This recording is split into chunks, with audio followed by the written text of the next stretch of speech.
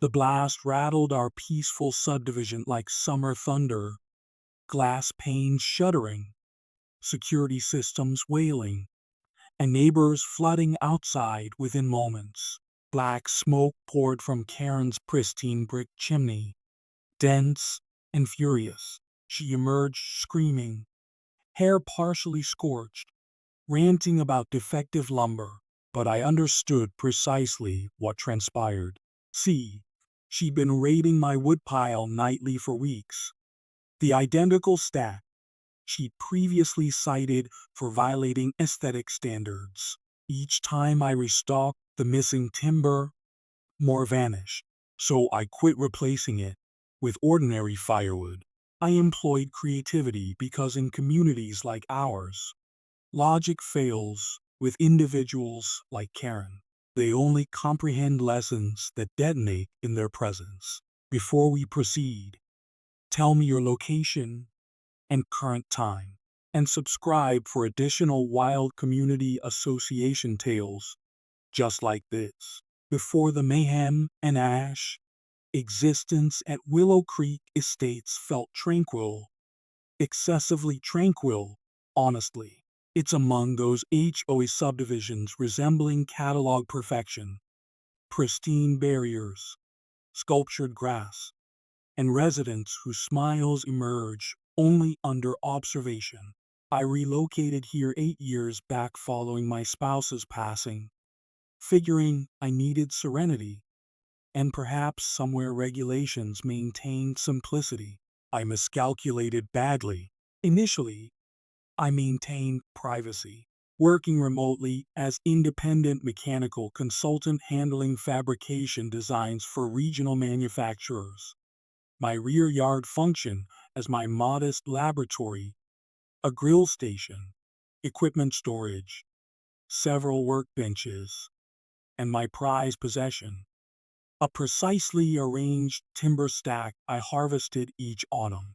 I enjoyed splitting logs. Something genuine exists there. Unlike board assemblies, most surrounding families seemed reasonable. The Johnsons adjacent consistently delivered sweet potato casserole around holidays. Elderly Mr. Patterson saluted mornings while tending his hydrangeas. Peaceful conditions persisted until her arrival. Karen Whitmore, platinum hair, mid-50s, perpetually attired like attending depositions, even during casual dog walks. Within 30 days, she'd secured HOA presidency. Nobody recalled actually voting, yet somehow she wielded the authority binder, the lanyard, and absolute control. Karen cherished three elements: dominance, spotlight, and performing neighborhood rescue theater. She patrol wielding her compact camera, photographing residents' postal fixtures, gauging turf lengths with measuring devices, distributing warning correspondence like a solitary enforcement brigade. Her inaugural appearance at my entrance featured politician grins and paperwork. Lamar Thompson, she announced, your lumber storage breaches community visual protocols. It's observable from roadways. I stared blankly. Karen, it's positioned behind my storage building. She angled her skull. From particular perspectives, it compromises neighborhood harmony. I nearly chuckled. Harmony, Karen? It's heating fuel, not installation artwork. No amusement registered. You'll require relocation within 10 days or face HOA penalties. She pivoted and departed like a magistrate exiting chambers. I refused relocation, merely organized it neater behind fencing. That should have concluded matters. But Karen never terminates. When feeling disregarded, she intensifies. 7 days later, returning from market errands, something appeared irregular. My woodpile looked diminished. Initially, I questioned my recollection. I'm aging, certainly, but not memory impaired. So I tallied the pieces. I maintain counts habitually. Approximately 20 sections disappeared. I puzzled silently, assuming perhaps landscaping crews mistakenly borrowed some or neighbors grabbed several during temperature drops. No concern. I never secured the entrance. It's a compact community. But 48 hours onward, additional timber vanished. Then repeatedly, consistent pattern every alternate evening. Around a dozen logs disappeared. I began inquiring casually. Anyone notice someone accessing my wood supply? Mr. Patterson shrugged. Probably adolescents. Wintertime pranks. But no adolescent was hauling 40-pound oak sections through darkness. By week's conclusion, patience expired, not regarding monetary value, but the audacity of property invasion. I maintained my premises immaculately, observed every absurd HOA regulation, submitted dues punctually, and someone treated me like complimentary lumber distribution.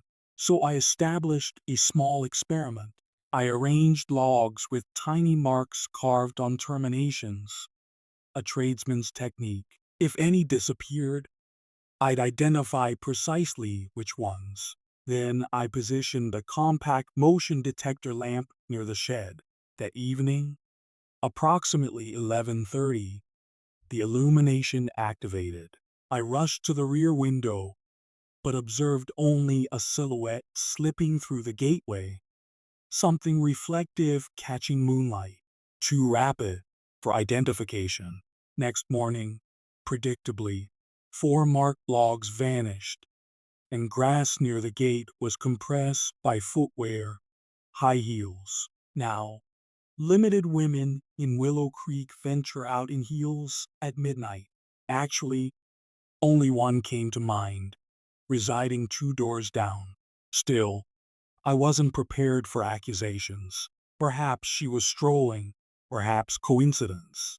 But the following day, another HOA letter arrived. Dear Mr. Thompson, your exterior timber storage continues violating Section 3-B of HOA guidelines regarding combustion risks and visual standards. If unresolved, additional corrective measures will be implemented. President Karen Whitmore. I nearly choked on my beverage. The sheer boldness. She was penalizing me for identical wood she'd been stealing. I contacted her number on letterhead.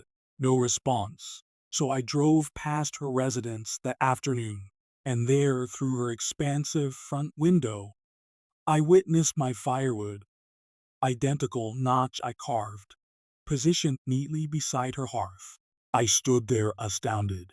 She was burning my lumber while threatening me for unsightly accumulation. I could have confronted her immediately, pounded her entrance, and demanded cessation. But I didn't because I've discovered something about individuals like Karen. Direct confrontation merely energizes them. They flourish on conflict and authority. If you elevate voice, they prevail. Sometimes silence teaches louder than shouting ever could. So instead, I smiled privately and stated, very well, Karen. You desire my firewood? You'll receive it. That evening, I began strategizing like an engineer again. I retrieved my aged sketch journal, unused for years, and commenced drawing. I wasn't designing anything hazardous, merely educational.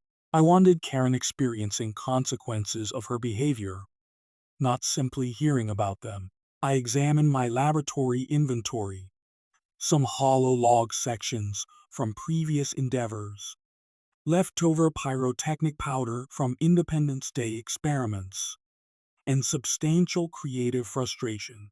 For the first occasion in weeks, I actually rested soundly because I recognized the subsequent chapter in our community association drama would prove literally explosive. I barely slept subsequent nights, not from anxiety, but anticipation. That sensation crawling beneath your epidermis when you're developing something brilliant. I'd been strategizing the configuration mentally, like an engineer harboring resentment and humor. But before executing, I required solid verification, undeniable, irrefutable, camera in her face documentation that Karen was the perpetrator. So I activated full monitoring protocol. I purchased 2 compact exterior surveillance cameras, the variety with infrared capability and remote backup, and mounted one above equipment storage, angled flawlessly toward the timber stack. The other I concealed in the drainage system overlooking the rear entrance. They integrated seamlessly. You'd require detective instincts to detect them. Then, I observed. Initial 2 evenings. Nothing. Just raccoons and a wandering feline crossing the frame. But on the third evening at 12:14, the movement notification buzzed on my device. I accessed the application, and there she materialized. Karen, wearing her tan overcoat, neck wrap, and those identical absurd elevated boots that had left impressions by my barrier. She walked directly into my property, flashlight in grip, like owning the premises. I observed her on the display, composed as possible, stacking my logs into a tidy arrangement beside her. Then she whispered something to herself. The microphone barely captured it. He won't notice. It's for community benefit anyway. I nearly vocalized laughter. Community benefit? Correct. She loaded the logs into her vehicle's rear compartment, secured the hatch, brushed her palms together like mission accomplished, and strutted off into darkness. Next morning, I prepared a pot of coffee, settled down, and reviewed the recording again simply for satisfaction. Frame by frame, it was flawless. She'd even glanced directly into the camera at one moment, unknowingly, providing me a clear, arrogant portrait of her features. Now, a rational individual would have proceeded directly to the association board or authorities. But I wasn't addressing a rational individual. I was addressing Karen, monarch of technicalities, expert at distorting reality. If I accused her outright, she'd deny everything and probably strike me with an infraction for unauthorized monitoring. So instead, I decided letting her destroy herself with her own hubris. That afternoon, there was a community HOA assembly in the recreation facility. I didn't typically attend. Excessive speculation, excessive grievances about paint tones and barrier elevations. But this occasion, I ensured arriving early and securing a front position. Karen entered fashionably delayed, holding her beverage cup declaring, "Number one boss lady." She wore her customary smug expression, the variety that could spoil dairy products. "Very well, everyone," she initiated, tapping the surface. "Let's address the ongoing concern of property aesthetics and combustion hazards, specifically Mr. Thompson's premises." My jaw tightened. I stated nothing, merely crossed my limbs. Karen continued. "Despite repeated notifications, Mr. Thompson continues storing unsafe quantities of timber in plain observation, presenting both combustion and pest dangers.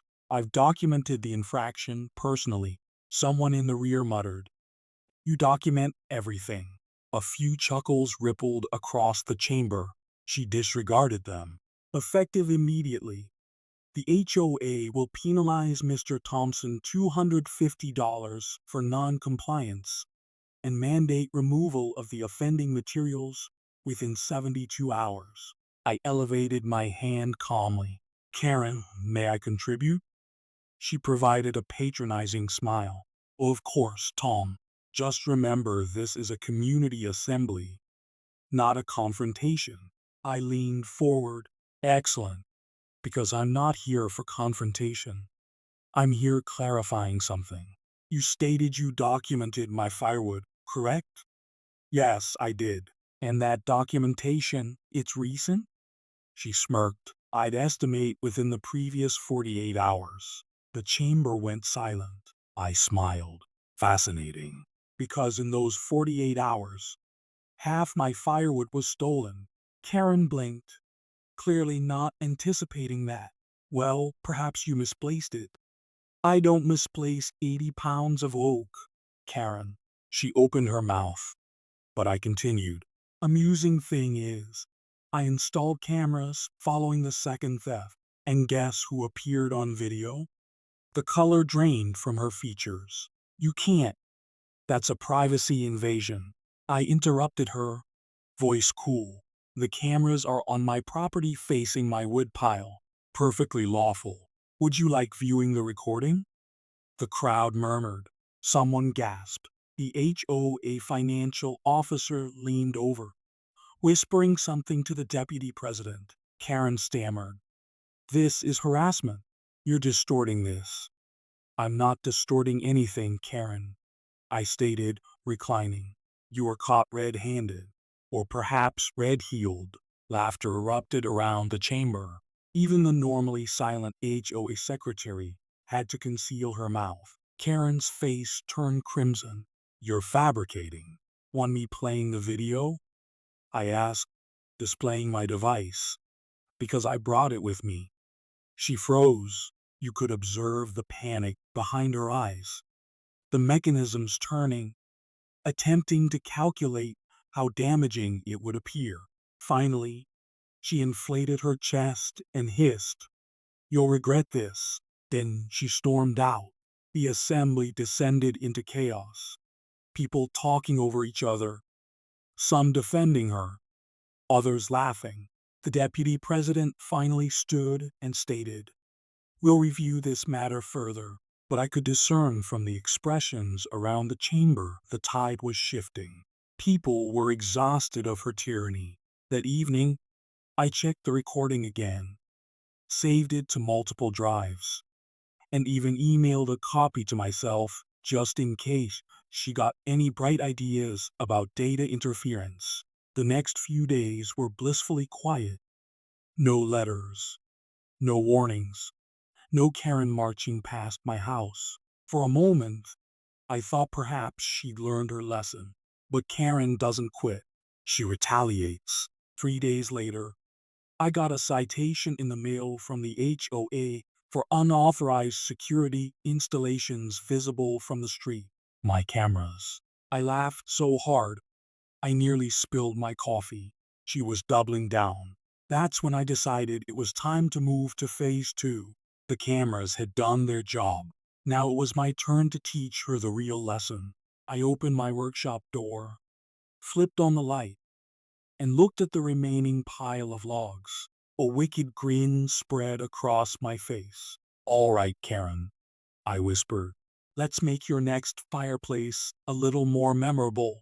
When you've spent 30 years as a mechanical engineer, you don't just see objects, you see possibilities.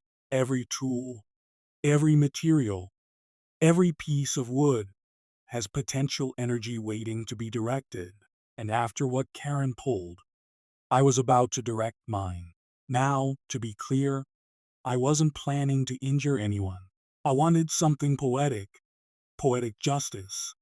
That is, something that would make Karen rethink her life choices every time she struck a match. So I started sketching in my workshop late one evening, a cup of black coffee in one hand and my old drafting pencil in the other. On my notepad, I wrote, in big block letters, the Timber Project. It sounded almost professional, like a company name. Thompson's Thermodynamic Retribution. I chuckled to myself. Here was the plan. I'd craft a few hollow logs, lightweight, but realistic, using some scrap oak I'd saved. Then I'd insert small charges of flash powder, not explosives, mind you, just enough to cause a loud report and a burst of smoke when ignited, the kind of stuff people use for homemade pyrotechnics. Safe, but dramatic. It took me a couple of days to get everything right. I drilled out the cores with my lathe, carefully hollowing them halfway, then plugged the ends with bark pieces so they looked solid. The trick was subtlety. The log had to look identical to the others. I brushed them with ash to dull the color and stacked them right in the middle of the pile among the real wood. Each one was a masterpiece of petty revenge engineering. While I worked, I couldn't help narrating in my head like a tutorial channel. Step 1. Identify your Karen. Step 2. Wait for her to commit the crime. Step 3. Make science fun again. But before setting the trap, I wanted to make sure she was still stealing.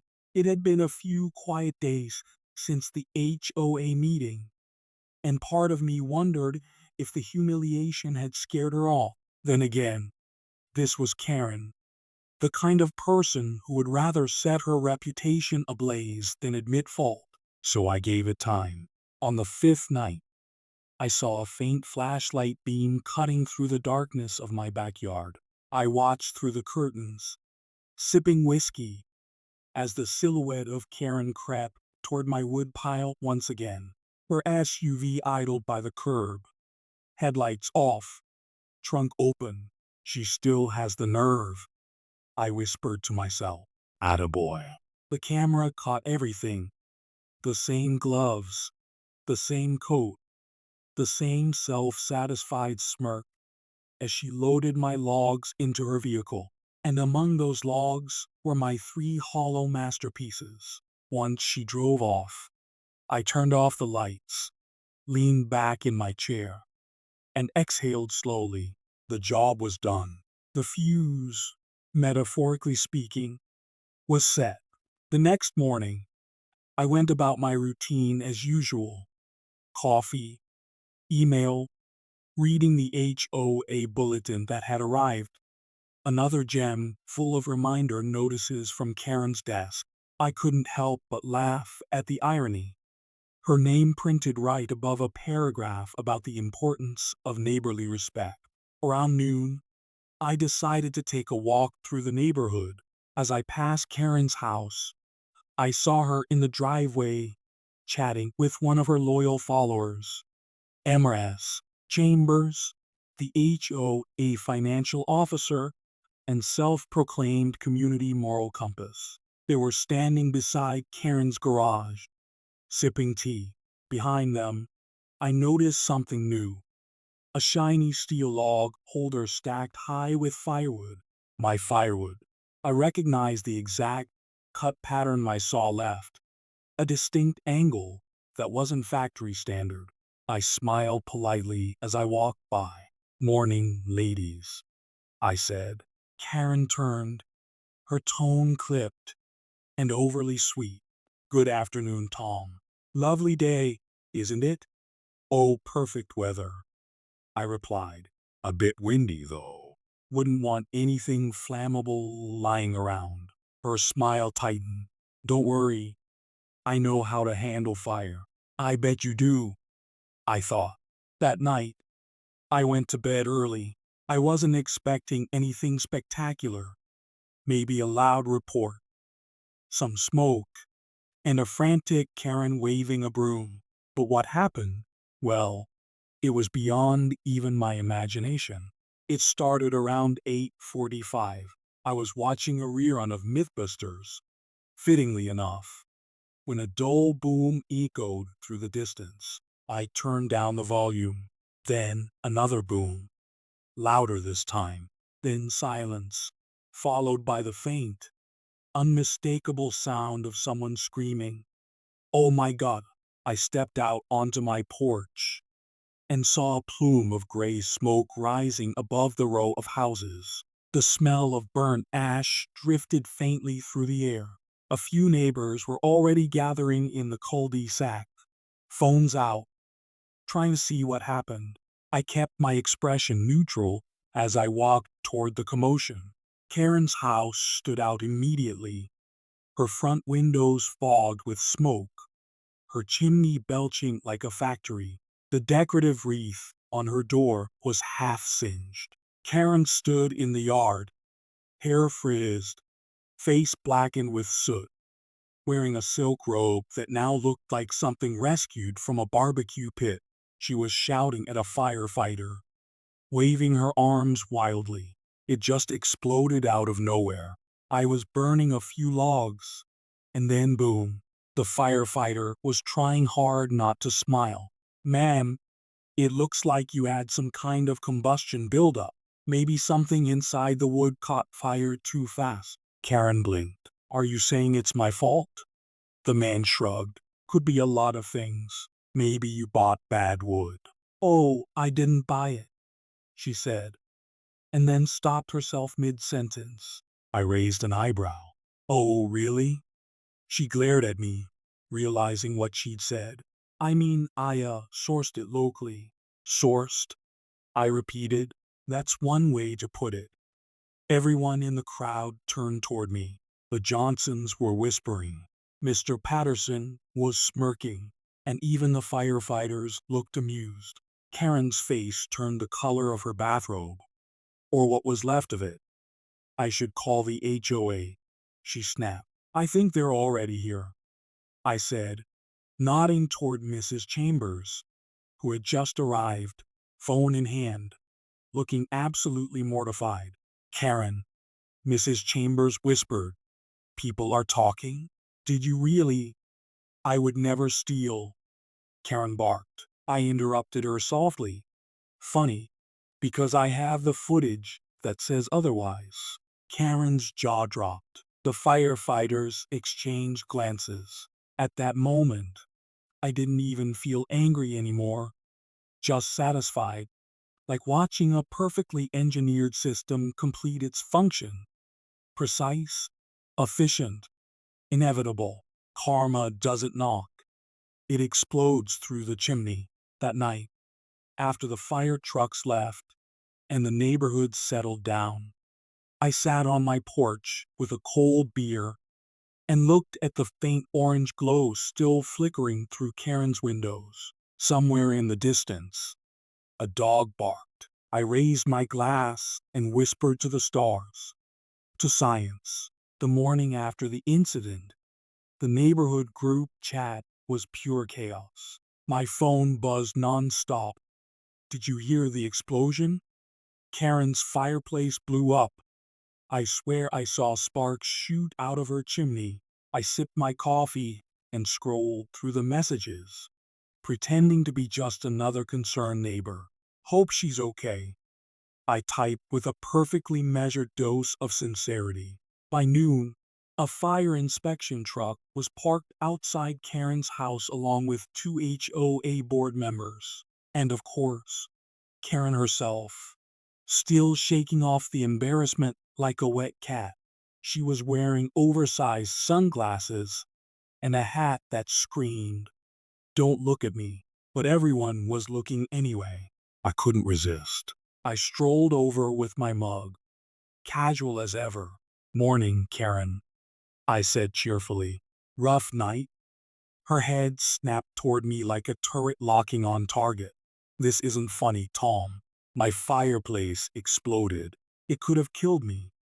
Good thing it didn't," I replied evenly. "You should probably be careful about where you get your firewood." She flinched. "What's that supposed to mean?"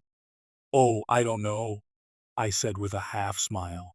"Sometimes you think you're getting free wood, but it comes with surprises." The HOA financial officer, Mrs. Chambers, looked between us nervously. "Are you two implying something?" Karen turned to her, voice rising. "He's accusing me of something ridiculous. He's obsessed with me." That one made me laugh out loud. "Obsessed? Karen? You've been sneaking into my yard like it's a clearance sale."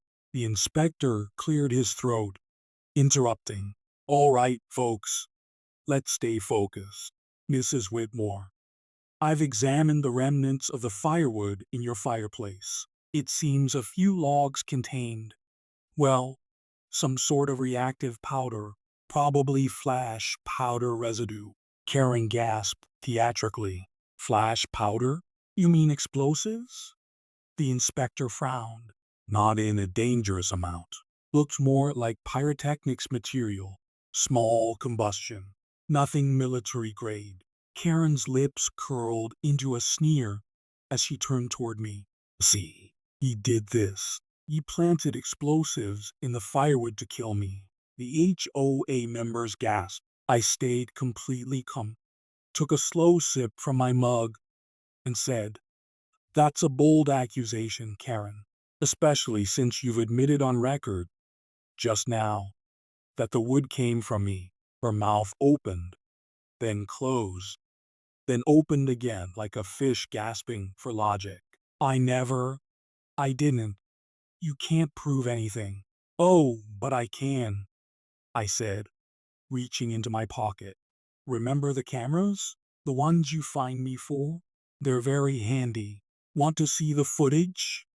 The crowd around us started whispering. Even Mrs. Chambers leaned closer, curiosity glowing brighter than her pearls. Karen's voice wavered. "You're bluffing." "Am I?" I tapped my phone. The screen lit up, showing her on video dragging logs through the gate with that same smug grin. I zoomed in, frame by frame, until her face filled the screen. "There you are, middle of the night, on my property. Quite the community service you're doing." The silence that followed was priceless. You could have heard a pine needle drop. Then, somewhere behind us, a kid burst out laughing. "Mom, that's the lady who yelled at me for riding my bike too fast." That broke the spell. The crowd murmured, some shaking their heads, others smirking. Karen's face turned a shade of red. I didn't think was biologically possible. She tried to recover, voice trembling with false authority. "This is harassment. You're all witnesses. He's violating my privacy on my property." I cut in smoothly with my cameras, "And you trespassed. Want me to call the sheriff to clarify whose privacy was violated here?" She froze. For the first time, I saw genuine fear behind those oversized sunglasses. The inspector spoke again, clearly trying not to take sides. "M.R.S. Whitmore, I'd advise against further comment. The footage speaks for itself." The HOA financial officer sighed. "Karen, this looks really bad." Karen's voice cracked. "You're all turning against me. After everything I've done for this neighborhood." I couldn't resist the jab. "Oh, we appreciate all your hard work, Karen, especially cleaning up my firewood for me." That earned a laugh from half the crowd. Even the inspector smiled behind his clipboard. She spun toward me, jabbing a finger in the air. "You'll pay for this, Tom. I'll sue you for intentional harm, property sabotage, emotional distress." "Emotional distress?" I said, feigning concern. "Was that before or after you trespassed, stole, and burned evidence of the crime?" The sheriff's car pulled up right on cue. Turns out one of the neighbors had called earlier, thinking the explosion might have been foul play. The deputy stepped out. Officer Ramirez, a calm, no-nonsense guy I chatted with a few times about community safety. "What's going on here?" he asked. Karen rushed to him. "Officer, arrest him. He booby-trapped Firewood to hurt me." Ramirez held up a hand. "All right, slow down. One at a time." I handed him my phone with the video paused at the perfect frame. Karen mid, theft under full moonlight. "Here's my footage, officer." That's her stealing the logs in question. I filed no complaint because I was giving her time to return them. Then, well, they exploded. He watched quietly for a few seconds, then looked at her. "Ma'am, is this you?" Karen swallowed. "That's not. You can't tell." He raised an eyebrow. "It's you, Mrs. Whitmore. Same clothes, same car, license plate clear as day. This is trespassing and theft. The color drained from her face again. You're, you're not actually, Ramirez sighed. Look, no one's pressing criminal charges yet, but I'm documenting this as a warning. Any further incidents, and it becomes official. She spun toward me, desperate. You planned this. You set me up. I shrugged. I set up cameras. You set yourself up. The neighbors chuckled. Karen's composure cracked completely. You're all monsters. You think this is funny? I run this neighborhood. Mrs. Chambers whispered to another board member. Not anymore, she doesn't. Karen heard it. That was the final straw. She stomped toward her SUV, got in, and slammed the door. The engine roared, and she peeled off down the street, tires screeching. The crowd slowly dispersed. Ramirez turned to me and said quietly, You handled that better than most would have. Just don't build any more science experiments. All right, I laughed. No promises. That night, I sat by my fire pit, the same pit that started it all. I threw on a fresh log, a real one this time, and watched it crackle in the darkness. The smell of oak smoke filled the air. For the first time in months, the neighborhood was quiet, peaceful.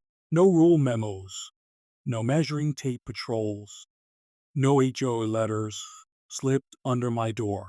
Just silence, broken only by the sound of the flames. I lifted my beer toward the glowing coals and said softly, to poetic justice. Somewhere in the distance, I imagined Karen still scrubbing soot off her fireplace, muttering about negligence and disrespect, and I smiled. For a few blissful days, the neighborhood went eerily quiet. No HOA letters, no measuring tape patrols, no Karen marching down the street like a self-appointed sheriff. I should have enjoyed the peace. But deep down, I knew it wouldn't last. Karen wasn't the kind of person to let humiliation die quietly. I was right. 3 mornings later, I found an envelope taped to my front door, stamped with the HOA seal. Inside was a formal notice. Subject: pending disciplinary action. Mr. Thompson, you are hereby summoned to attend a special HOA hearing concerning your violation of community safety protocols, unauthorized security installations, and possible acts of endangerment. Failure to attend will result in fines and further legal review. Sincerely, President, HOA Board. Signed, Karen Whitmore. I laughed out loud. The woman gets caught stealing and still finds a way to schedule a meeting. She was bold, I'll give her that. But if she wanted a showdown, I was more than ready. That evening, I gathered my evidence.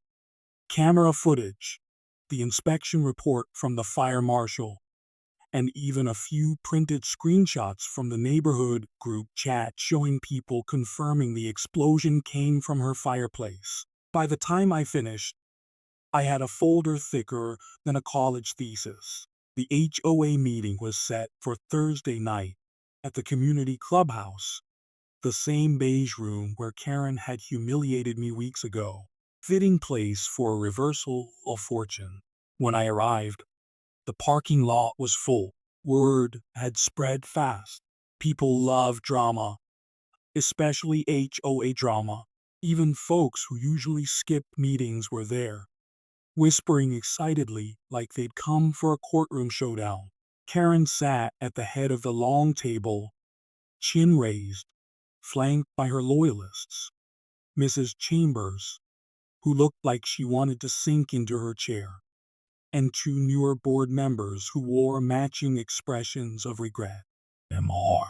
Thompson, Karen said as I entered, her tone sharp. Please take a seat. We'll begin shortly. Thank you, Madam President, I said with mock politeness. though I'm surprised you're still calling yourself that. Her nostrils flared, but she kept her voice cool. We'll see who keeps their title after tonight. The audience murmured. You could feel the tension buzzing in the air like static. Karen launched into her official statement, filled with words like reckless, malicious intent, and endangerment. She claimed my booby-trapped firewood caused a public safety hazard and that my cameras were an invasion of privacy. When she finished, she crossed her arms, satisfied. M.R. Thompson, she said smugly, you may now defend yourself if you can. I stood, buttoned my jacket, and smiled. Thank you, Karen. I appreciate the dramatic build-up.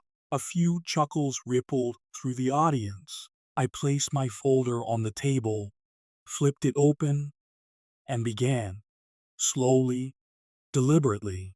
First of all, let's review some facts. You claim I endangered the community. Yet, according to the fire inspector's report, I held up the document. The explosion occurred inside your fireplace, using stolen materials from my property. Isn't that right? Karen's lips tightened. I never. I tapped my phone, projecting a still frame from the video onto the TV in the room. Karen, under moonlight, loading my logs into her SUV. Gasps filled the room. Oh, I think you did. I continued. This video was recorded legally from my property. It clearly shows you trespassing, removing personal items. And that's fake, she shouted, standing up. It's not, I said calmly. Officer Ramirez reviewed it himself, and you received an official warning. Or did you forget that part? Her voice faltered. He misunderstood. Misunderstood? I raised an eyebrow. Did he misunderstand your fireplace too? Because I've got witness statements from 3 neighbors who saw the smoke billowing out of your chimney like Mount Vesuvius. Laughter erupted. Even Mrs. Chambers tried and failed to suppress a grin. Karen slammed her hand on the table. This is all part of your vendetta. You hate me because I enforce the rules. Karen, I said, voice low and steady, nobody hates you because you enforce rules. They hate you because you make them up. That landed hard. A few people clapped. Someone even whistled. Her eyes darted around the room, searching for backup. You're all letting him get away with sabotage. He could have burned down my house. I spread my hands. Then maybe don't steal from people's yards. Basic physics. No fuel, no fire. Mrs. Chambers finally spoke, her voice trembling but firm. Karen, the boards reviewed the video. We can't ignore what it shows. Karen spun toward her. You're siding with him? After everything I've done for you? I made you financial officer. Chambers sighed. You also fined me for having wind chimes. The room erupted in laughter again. Karen was unraveling fast. This entire neighborhood is ungrateful. You need me. Without me, this place will fall apart. A man in the back called out. We'll take our chances. Karen's voice cracked.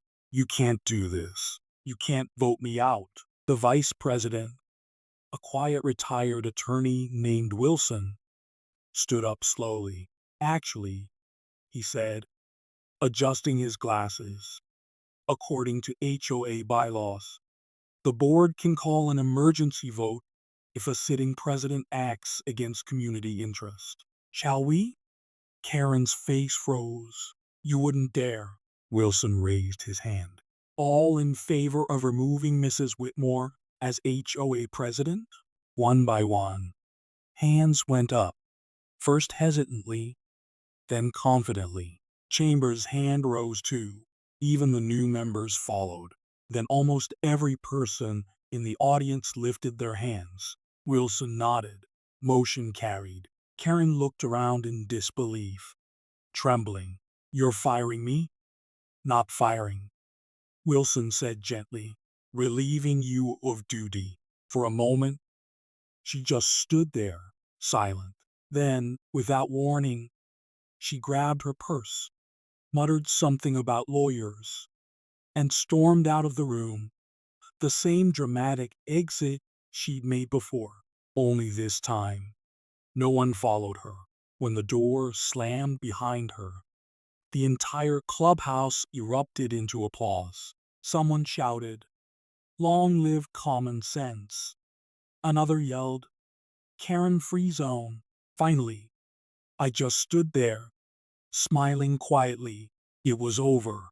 After the meeting, several neighbors came up to thank me. The Johnsons brought cookies the next morning. Even old Mr. Patterson stopped by and said, "Well, son, that was one hell of a fireworks show, in more ways than one." Within a week, the board announced new policies: fewer fines, more transparency, actual community votes. The neighborhood started to breathe again. People waved more, talked more, laughed more. Without Karen's shadow hanging over everyone, Willow Creek felt like a neighborhood again, not a dictatorship. As for Karen, rumor had it she moved 2 towns over, into another HOA. God help them. One night, as I sat by my fire pit again, the flames dancing softly in the dark, I thought about the irony of it all. Karen had always accused me of being a fire hazard, yet she was the one who nearly burned her reputation to ashes. I poked at the coals and chuckled. Guess karma burns hotter than oak. If you had told me a few months earlier that my prim, rule-obsessed neighbor, the self-proclaimed savior of Willow Creek Estates, would one day be the most hated person in town, I'd have laughed. But after that fateful HOA meeting, Karen's empire of control collapsed faster than her fireplace. It started small. The morning after the vote, her usual HOA emails stopped arriving. No more reminder notices about recycling bins. No more community decor guidelines. It was eerie, like waking up in a town that had been freed from dictatorship overnight. For a brief, glorious moment, everyone just exhaled. But Karen didn't take her dethronement quietly. She began waging a one-woman propaganda campaign. Handwritten flyers, printed newsletters, and passive-aggressive posts in the neighborhood Facebook group. Her message? That she had been betrayed by a mob of ungrateful homeowners, led by a dangerous man with explosives. She even used a new name for herself online, Karen for Community Safety. I couldn't help but admire her persistence. If shamelessness were a currency, she'd be a billionaire.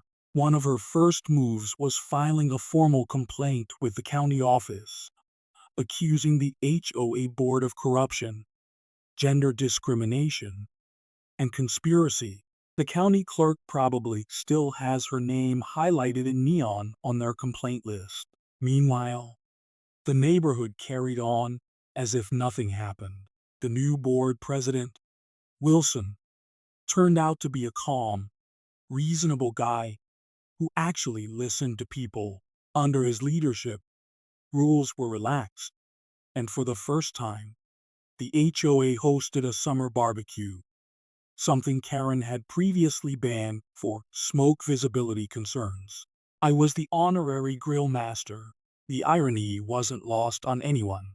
Halfway through flipping burgers, Mrs. Chambers came over with a lemonade and whispered, "You know, I used to be scared of her." I think everyone was. "Fear's her fuel," I said. "Take it away." And she runs out of gas. Chambers chuckled. "Well, now she's running out of friends too. I heard she tried to start her own HOA Facebook page. Only 2 people joined, and one of them was her cousin from Arizona." I grinned. Yes, the community finally voted with their unfollow buttons. But Karen wasn't done. About a week later, she staged her comeback. Around noon, While I was trimming hedges, I noticed a moving truck parked outside her house. I thought she might be leaving, but then she emerged, arms full of cardboard signs. Each one had a message in bold red marker. Fraudulent HOA vote. Unsafe neighborhood under new management. Thompson's firewood caused chemical injury. She hammered them into her own front yard like a protester staging a revolution of one. I set down my hedge trimmer, leaned on the fence, and called out, "Morning, Karen. You opening an art gallery?" She didn't even look at me. "You think this is funny, don't you? You humiliated me in front of everyone. But people will know the truth." "Funny," I said. "The truth's been pretty loud lately. You might have missed it under the sound of explosions." Her jaw clenched. "You'll regret this." "Already did," I said. Every time I tried being polite, she stormed back into her house, slamming the door hard enough to rattle the windows. By the next day, her signs were gone, courtesy of the HOA's new rule against obstruction of community view. The irony of her own old policies being used against her was delicious. Still, word spread that she was planning to sue me personally. I half expected a knock from the sheriff, but instead I got something better. A knock from Wilson, the new HOA president. "Tom," he said, smiling, "I think you'll appreciate this." He handed me a thick envelope, a copy of the cease and desist order the HOA had issued against her. Apparently, Karen had been harassing board members, showing up uninvited at meetings, and spamming residents with angry letters. She's officially been from HOA premises for 6 months, Wilson said. I raised my eyebrows. That might be the most peaceful half year of my life. We both laughed, but fate has a sense of humor. 2 days later, Karen's water heater burst, flooding her basement. She called the HOA maintenance line, the same line she used to micromanage, and was told very politely that she was no longer eligible for HOA maintenance assistance. I wish I could say I didn't enjoy hearing her screaming through her front door at the plumber. I really do, but I enjoyed it immensely. By late summer, she finally cracked. One morning, I woke up to see a "for sale" sign planted in her yard, bright red and freshly painted. Rumor had it she was moving to a more civilized community, 3 counties away. The day the moving truck arrived, half the neighborhood came out to walk their dogs or get the mail. People weren't subtle. Even Mr. Patterson brought out a lawn chair. Karen was furious. "You're all vultures," she shouted, waving her arms as the movers loaded her furniture. "Ungrateful, ignorant, small-minded, careful," I called out from my porch. The last person who called us that had an unfortunate run-in with their fireplace. That earned a round of muffled laughter. Karen glared daggers at me, then turned away, climbing into her SUV. As she drove off, she stopped right in front of my house, rolled down the window, and shouted, "You haven't seen the last of me." 2. I raised my beer and smiled. "If I do, I'll install another camera." She slammed the gas pedal, and just like that, she was gone. For a long moment, the neighborhood stood in silence. Then, as if on cue, someone started clapping, then another. Within seconds, the whole street erupted into applause and cheers. It was like we'd all been released from a long collective nightmare. Wilson walked over, grinning. "Well, Tom, I think it's safe to say you're a local hero."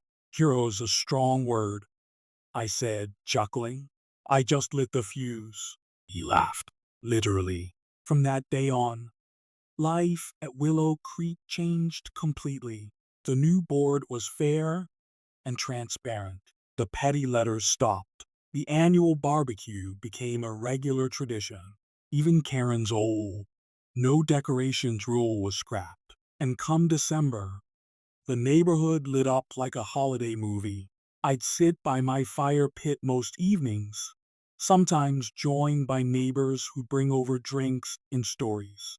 Every so often, someone would bring up the great firewood explosion, and we'd all laugh until our sides hurt. Sometimes I'd think back to the start of it all, the stolen logs, the ridiculous fines, the camera footage that started a revolution. Funny how something so small could spark such big change. And maybe that was the real lesson. In an HOA, as in life, sometimes the only way to fight nonsense is with a little well-aimed chaos. I leaned back in my chair, watching the flames dance against the night sky. The air was calm, the stars bright, and for the first time in a long while, Willow Creek felt like home again. The first autumn after Karen left was the calmest Willow Creek had been in years. For the first time, the sound of lawnmowers, kids' laughter, and friendly chatter replaced the shrill echo of HOA citations. You could almost feel the weight lifted off the air, like the whole neighborhood had been holding its breath for years and finally exhaled.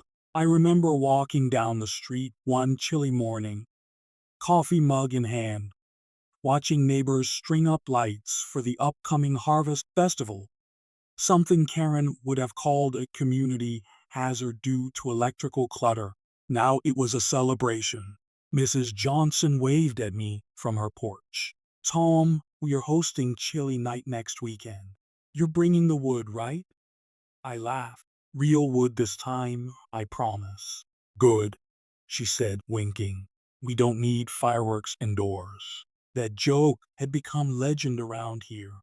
Even new residents who'd moved in after Karen's exile knew the story. They'd lower their voices like it was a ghost tale. The night Karen's fireplace went boom, some said it was exaggerated. Others swore it was justice. I never confirmed or denied it. A good myth needs mystery. Life settled into a rhythm I hadn't felt in years. My backyard workshop became a small neighborhood hub. People dropped by, not to complain, but to borrow tools, ask advice, or just talk. I built a new fire pit, a little bigger this time, lined with stone, surrounded by wooden benches. Every weekend we gather there, families, couples, kids, even Wilson, the new HOA president. We'd roast marshmallows, grill steaks, swap stories, and every once in a while, someone would glance toward the old corner lot where Karen's house used to stand. After she left, it sat empty for months. Realtors came and went. Buyers would tour the place, then leave shaking their heads. Some said it was overpriced. Others said it had bad energy. Eventually, a retired couple bought it. Sweet people, they planted flowers out front and even hosted a welcome brunch for the whole block. When I walked up their driveway with a basket of firewood, "Yes, regular wood," the husband smiled. "You're the guy from the story, huh?" "Depends which version you heard," I said. He chuckled. "The one where you outsmarted a tyrant with a pile of kindling." I shrugged. "That sounds about right." He handed me a beer. "Good man. Every neighborhood needs someone who stands up to nonsense." Maybe he was right. Or maybe I just got lucky. Lucky that karma decided to use me as its delivery driver. A few weeks later, I was back in my workshop, tinkering with a small project, when a familiar voice startled me. "Still playing with fire, I see." I turned around and froze. Karen. She stood by the open gate, arms crossed, wearing sunglasses and a scarf, as if she'd just walked out of a courtroom drama. Her hair was darker now, cut shorter. But that posture, that mix of pride and resentment, hadn't changed a bit. I wiped my hands on a rag. Well, I'll be damned. The ghost returns. She stepped closer. I just came to get the rest of my things. Your things? I asked, confused. You sold the house. She hesitated. Some decorations in the shed. The new owners said I could pick them up. I studied her face. There was no fire in her eyes this time, just exhaustion. She looked smaller somehow, like the years had finally caught up to her. All right, I said. Shed's around back, but I'll come with you. Wouldn't want you taking the wrong firewood again. That earned me the faintest smirk. As we walked, she glanced around the yard. You've made the place nicer.